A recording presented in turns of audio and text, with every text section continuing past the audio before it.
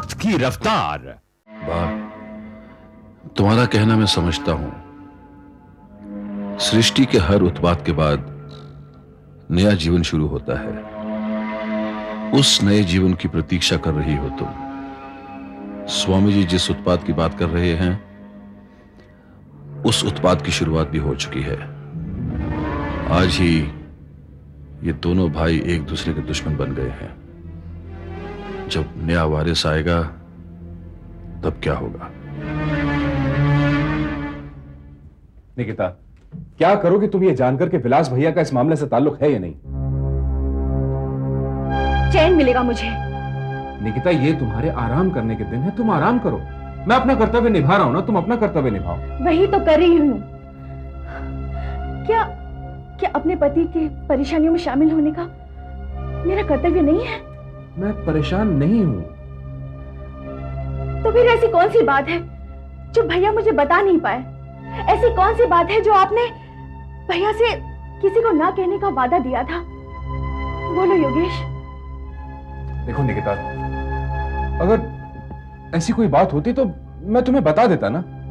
वही तो मैं पूछ रही हूं। बताओ योगेश। निकिता, तुम्हारे साथ यही प्रॉब्लम है, तुम बहुत जिद्दी हो, एक बात के पीछे पड़ जाती हो, इसीलिए तुम्हें ऊटी भेजा गया था। योगेश, डर लगता है मुझे।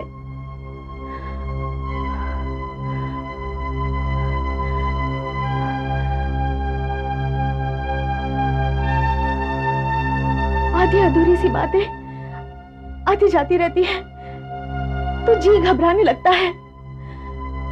कुछ पता नहीं चल रहा कि क्या हो रहा है। निकिता, कुछ भी नहीं हो रहा है। मैं अपना काम ईमानदारी और लगन के साथ कर रहा हूं, और जो आदमी ईमानदारी से काम करता है उसकी राह में तो मुश्किलें आती हैं। वही मुश्किलें मैं जानना चाहती हूँ। क्या करोगी तुम जानकर? क्या मिलेगा तुम्हें? पागलपन मत करो निकिता। देखो निकिता, मैं तुम्हारी भावनाएं समझता हूं, लेकिन ऐसे वक्त में तुम मेरी क्या मदद कर पाओगी? और फिर मैं खुद अपनी मदद कर रहा हूं। ठीक है, मेरी राह में परेशानियां हैं, मुश्किलें हैं, लेकिन मैं उनकी राह ढूंढ लूंगा। योगेश, मुझे आपकी बातों से शक होने लगा है। शक? कैसा शक? आज तक आपने कोई भी बात मुझसे छिपाई नहीं, मुझे पूछने की नौबत ही नहीं आई, लेकिन आज पूछ रही हूं। मैंने फोन किया, आपने फोन टाल दिया। आज आमने सामने मैं कब से एक ही बात पूछ रही हूं। प्लीज बताइए। हाँ, लेकिन आप है कि बात को टाले जा रहे हैं। बस निकिता, बहुत हो गया। क्यों पूछ रहे हो तुम ये सब? क्या मिलेगा तुम्हें? ये सब बेकार की बातें। बेकार की बात नहीं है ये। जरूर कोई बात है जो छुपाने जैसी है। जरूर आपने ऐसा काम किया है जो मुझे बता नहीं सकते। योगेश, मेरी आंखों में देखो, मेरे सर पर हाथ रखकर कहो कि आपने ऐसा कोई गलत काम नहीं किया। बोलो योगेश, बोलो। निकिता, ये क्या कर रही हो तुम? योगेश, अगर बात इतनी साफ है तो बताते क्यों नहीं? अच्छा भाई, ठीक है, मैं बताता हूँ तुम्हें। योगेश बाबू, आपको बड़े साहब बुला रहे हैं। ठीक है, मैं आता हूँ।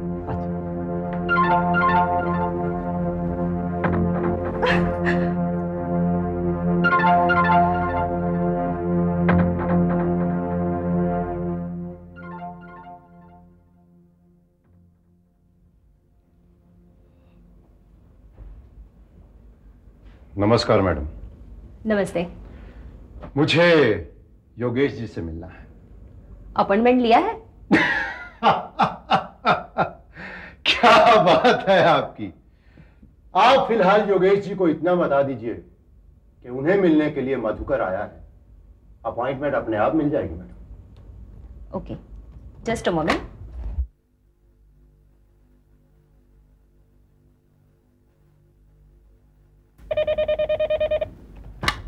हेलो सर, आपसे कोई मधुकर मिलने आए हैं। मधुकर? जी। ठीक है, भेज दो उसे। You can go. Thank you.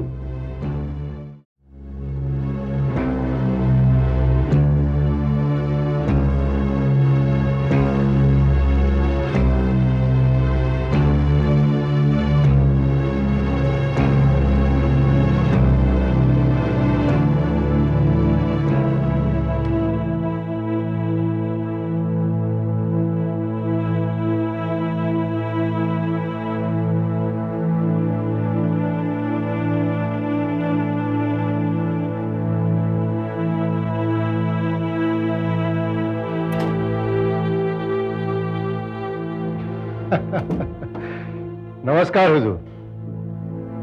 नमस्ते। हुजूर, मेरा नाम मधुकर है। जानता हूं।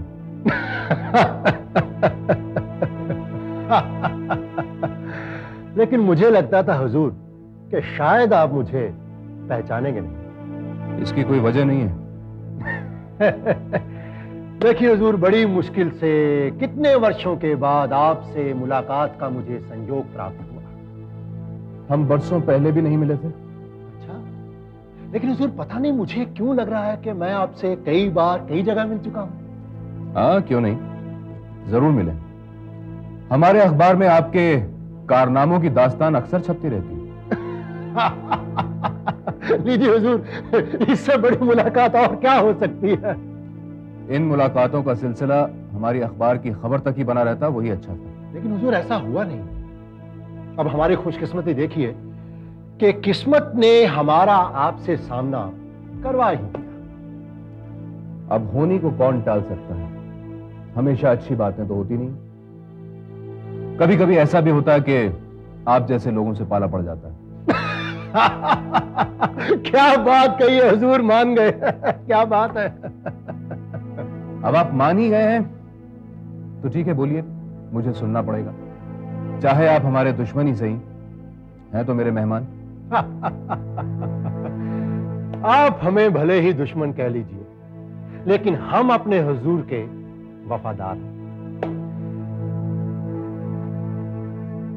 और ये वफादारी ही दोस्ती या दुश्मनी दिलाती है। आपने हमारे हुजूर से दोस्ती कर ली तो समझिए कि आप हमारे भी दोस्त बन गए। दोस्ती और दुश्मनी को तो बाद में भी आंका जा सकता है।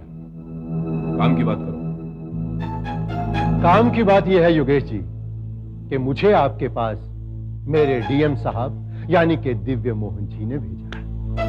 जी हाँ, वो तो मैं समझ गया, आगे कहिए। बात यह है योगेश जी कि हमारे डीएम साहब कभी किसी मुश्किल में नहीं पड़ते, लेकिन ये मुश्किलें हमारे हुजूर का पीछा नहीं छोड़ती। अब देखिए ना, बंगाल के तूफान पीड़ितों के फंड का घोटाला हमारे डीएम साहब के पीछे पड़ गया। जानता हूं मैं। हुजूर, ये घोटाले भी अजीब चीज होते हैं ना, जहां कोई बड़ा आदमी देखा बस पीछे पड़ गया। लेकिन इन सारी बातों का मुझसे क्या ताल्लुक है? आप ही से तो गहरा ताल्लुक है हुजूर।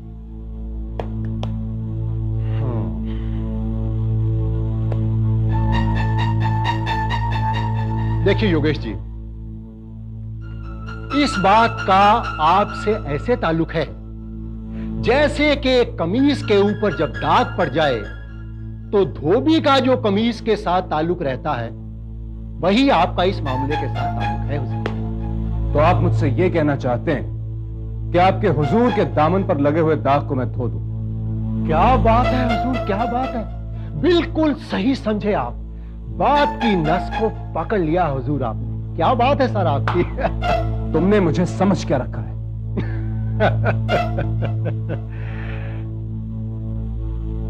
योगेश जी, हम आपको समझते हैं अपना दोस्त, और अब हमारे रिश्तों पर दोस्ती की मोहर लग गई है हुजूर। आप हमारे लिए कुछ करें, हम आपके लिए कुछ करें, उसके बाद फिर आप हमारे लिए कुछ करें और फिर हम आपके लिए कुछ करें। ये रिश्ता, ये लेन देन तो हुजूर चलता ही रहेगा। साफ साफ बात करो। बात तो हुजूर साफ ही है। आपको डीएम साहब पर लगे हुए आरोपों का खंडन करना है। हुजूर, आपको अपने पेपर में डीएम साहब का सफाई देकर प्रजासत्ताक से उनके लिए जवाब मांगना है।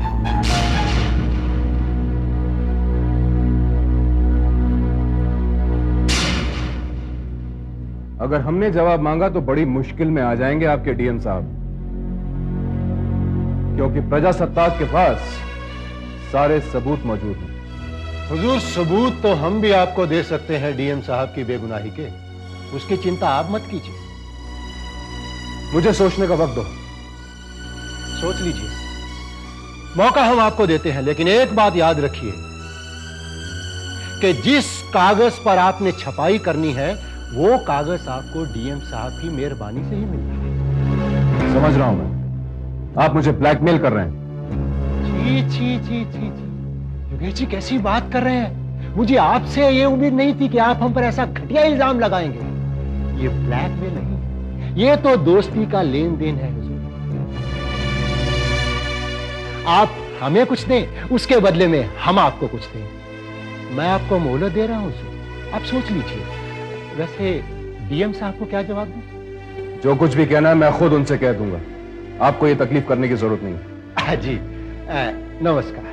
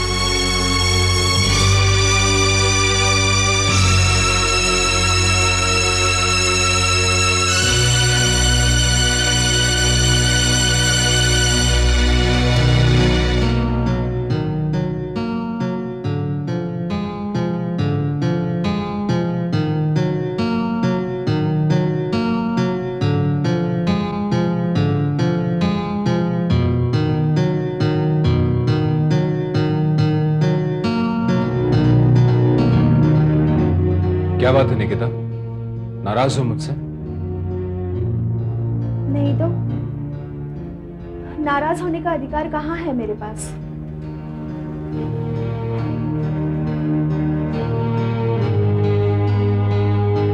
कैसी बातें कर रही हो निकिता? मेरी जिंदगी के सभी अधिकार तुम्हारे पास ही तो हैं। नहीं योगेश, कहने को सुनने को ये अच्छा लगता है, मगर ये हकीकत नहीं है। मैं ऊटी क्या चली गई, आप मुझसे दूर चले गए।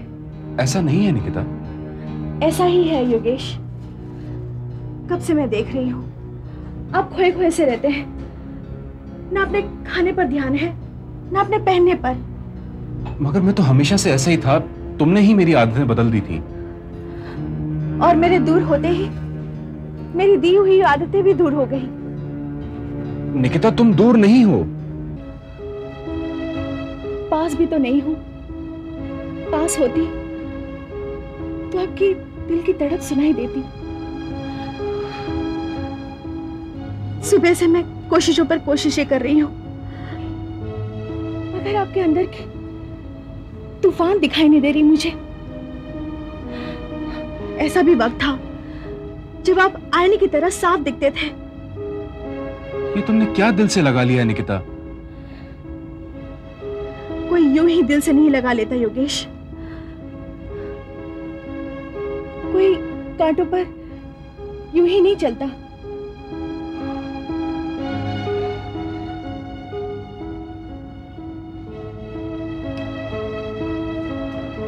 मुझे नहीं मालूम था निकिता तुम इस बात को इतना दिल पर ले लोगी और इतनी उदास हो जाओगी। मुझे तो लगा कि मैं तुमसे ये बात छुपा लूंगा। मुझे तुम्हारी फिक्र थी और अब भी है। अगर तुम इतना ही इंसिस्ट करती हो तो मैं बता देता हूं। मैं बहुत मजबूर हो गया था निकिता, और उसके बाद एक कदम पड़ते चले गए। कैसी मजबूरी, कैसा कदम? मुझे तो कुछ समझ में नहीं आ रहा। साफ साफ क्यों नहीं कहते? मैं तुम्हें सब कुछ साफ साफ बता दूंगा, लेकिन पहले वादा करो तुम बा और डैड से कुछ नहीं कहोगी। योगेश, आपने क्या किया? पहले वादा करो तुम। ठीक है, मैं वादा करती हूँ, मैं किसी से कुछ नहीं बताऊंगी। निकिता, विलास भैया ने प्रजासत्ताक का न्यूज प्रिंट सहकार को देना बंद कर दिया, इसलिए सहकार रुक गया और इसी वजह से मुझे ऊटी से यहां आना पड़ा। इस मामले में डैड ने भी मेरी कोई मदद नहीं की। मेरे पास कोई चारा ही नहीं था, इसलिए मुझे दिवाकर से मदद लेनी पड़ी।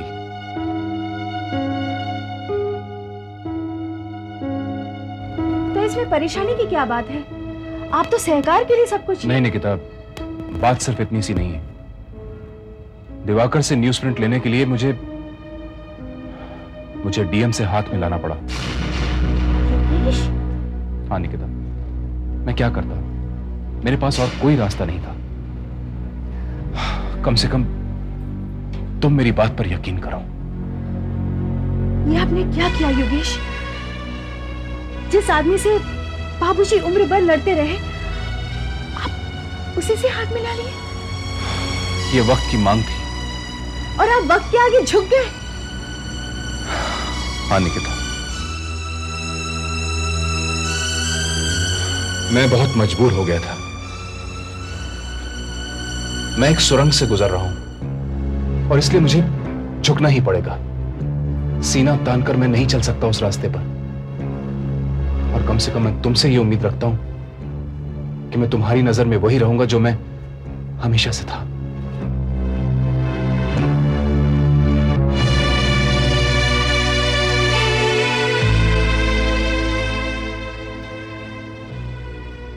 आखिर इन सब की वजह मैं ही हूं। हाँ, मैं ही हूं।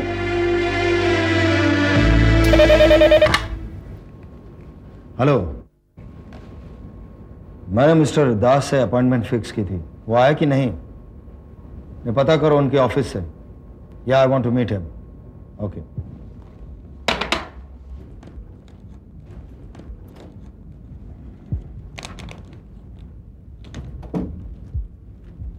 विलास, ये क्या है? गिफ्ट है। वो तो मैं देख रहा हूं, लेकिन किस लिए? आज तुम्हारी वेडिंग एनिवर्सरी है ना? तुम्हारा कोई दोस्त आकर दे गया। कौन था? नाम तो नहीं बताया उसने। मैंने उसे कहा कि तुमसे आकर मिले, लेकिन वो नहीं माना। कैसे दिखता था वो? गोरा सा लंबा था, सर पर बाल नहीं थे। कम ऑन, किसी ने प्यार से दिया है, देख लो। इसे वापस ले जाओ। अरे एक बार देख। मैंने कह दिया इसे वापस ले जाओ। कम ऑन, इतना गुस्सा क्यों हो रहे हो? हाँ? अब उसे क्या पता कि निकिता से तलाक लेने के लिए तुम्हें मजबूर किया गया। कम ऑन, होता है ऐसा, देख तो लो। Hello, yes. Hello sir, mister Das आ गए हैं। मैं उन्हें कह दो मैं उन्हें नहीं मिल सकता। लेकिन सर आपने। नहीं प्लीज, और मेरी आगे की सारी अपॉइंटमेंट्स कैंसिल कर दो।